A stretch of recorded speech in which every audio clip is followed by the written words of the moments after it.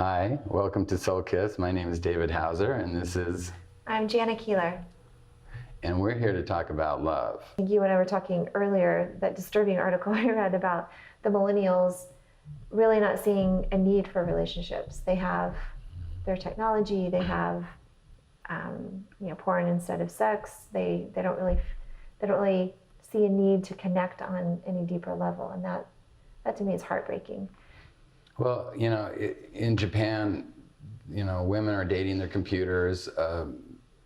Young men, they actually hire girlfriends, but it's not like for sexual activities. They're hiring them, and they get a menu like stroke my hair, touch my cheek, put your head on my shoulder. Yeah, I mean, it's already happening. It's already happening around the world, and I'm sure it's happening here in the United States.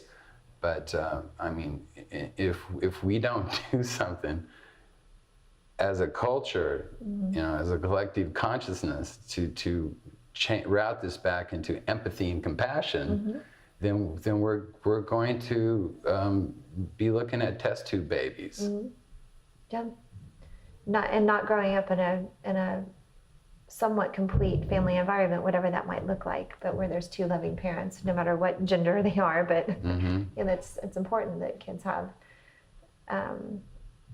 adults that they know that they can count on and be raised not just as an object for the parent to pass on their genes to, but to be really raised in that empathic, compassionate environment along with parents. But that comes out of, the children that come out of love and a loving relationship, I would assume would be different than. Yeah, well, and then, it's always about carrying it forward, whatever we're imprinted in, it's like I was talking to a gentleman at a party the other day, and we were both saying, the fear thing that happens is like when you hear your father's voice coming out of your mouth, or you like make decisions based on something your parent would do when you know that they were dead wrong.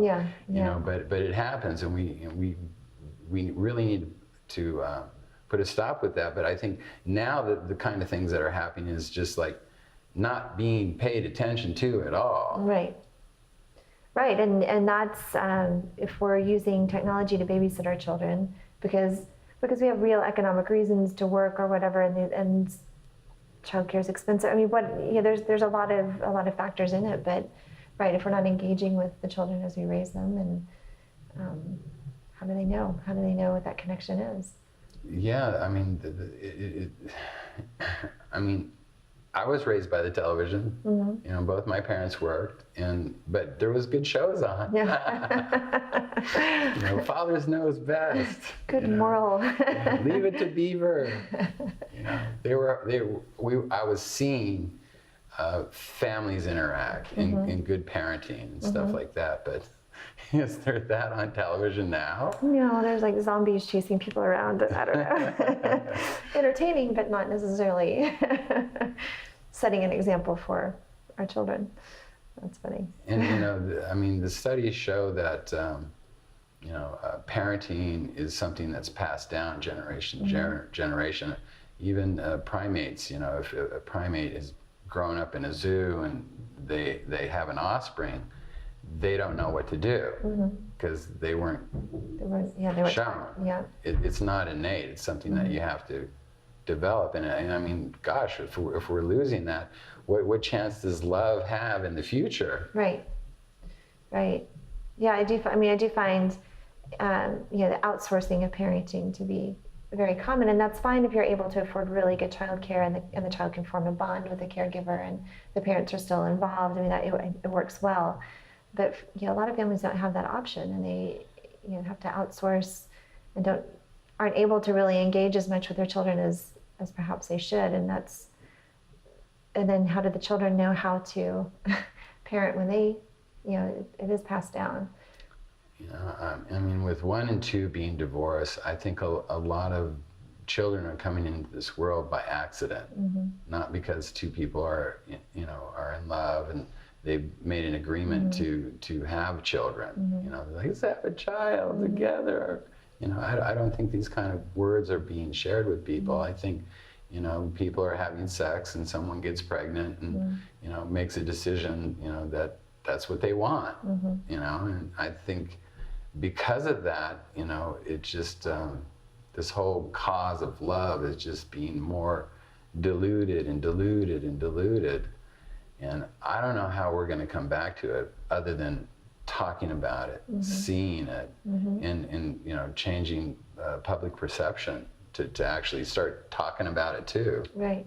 Well, I like what you said about education, because I think a lot of people either think love happens to you, or you fall in love. Almost as like you fall into, you're walking along and then all of a sudden you fall in love, rather than, you know, if you don't have adequate examples of what it can be, if you don't know what it takes to really be loving, if you don't know how to communicate with a partner to show love, then it's much less likely to happen.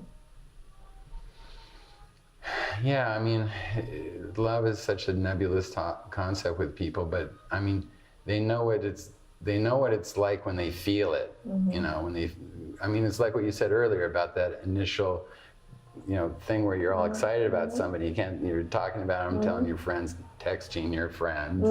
Exactly, know? Sending photos. Yeah, sending photos. But you know, it's just like, I don't know how this whole concept of love can be made clearly in what's happening in social media and you know, in entertainment outlets. You know, unless you know, someone really is talking about it. No, you're right. I think social media it's a double-edged sword, because it can put you in contact and keep you in contact with people that maybe otherwise would have fallen off. Because I've lived internationally, and some of my friends are all over the world, and the only way, or the best way for me to stay in touch with them is through social media. But it also provides a barrier to where you never really have to be authentic and real, right? I mean, you can choose to, but most people don't. It also creates somewhat of a barrier, but what I love about it is it's also a vehicle for getting information and education out and talking about topics that maybe resonate with people. Yeah, I mean, you do see that a lot with people, you know, posting little YouTube snippets or little, you know, little one pages with written words on it that talk about the subject, you know, because I really do think that people want to be in love and have love in their life and, you know, experience a holistic relationship. But I think, you know, we're just running around with flags and banners, you know, instead of really understanding, you know, how to get there. So what is that path, do you feel like, from a man's perspective? What do you think? What is that path? Or is that the big question? Well, it is a big question, you know. I mean, from my perspective, you know, the path is to, first off, know yourself, you know, because how can you love anybody else until you love yourself? And you know, in that quest, I think you will discover your sort of spiritual connection with the universe and a higher power. You know, I think that the best taste of love is when you are completely honest and open, and your heart is shining.